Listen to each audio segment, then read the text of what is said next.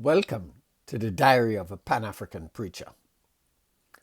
Kwame Nkrumah once said, long before many of us were even conscious of our own degradation, Marcus Garvey fought for African national and racial equality.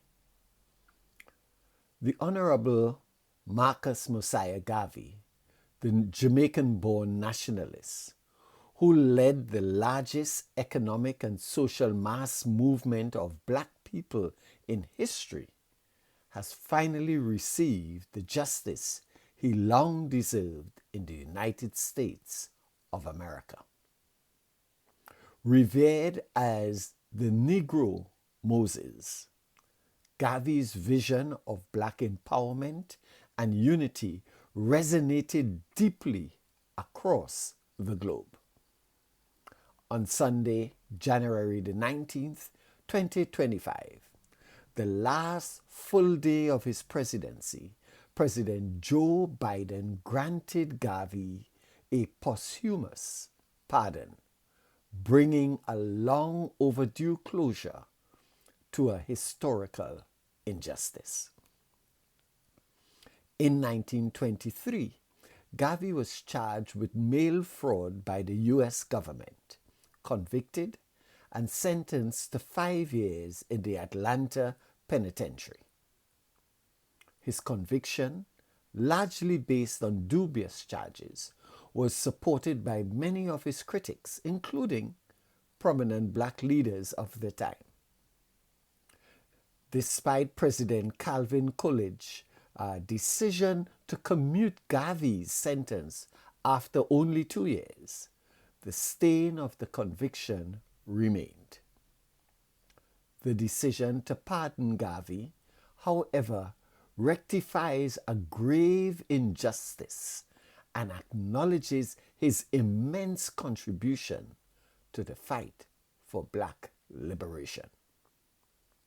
For those unfamiliar with Marcus Garvey and his legacy, it is important to understand that he was seen by both the American government and European colonial powers as a formidable adversary.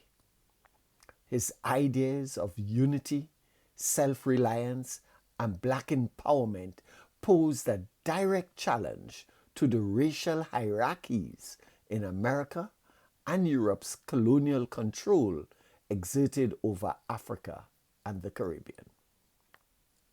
Through the Universal Negro Improvement Association, the UNIA, Garvey inspired millions of people, of black people worldwide, advocating for Pan-Africanism, economic independence, and self-determination.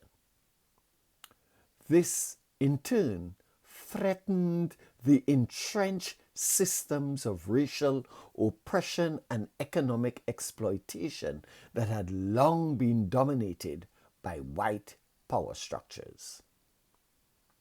Both the U.S. government and European colonial authorities viewed Garvey's leadership as a destabilizing force.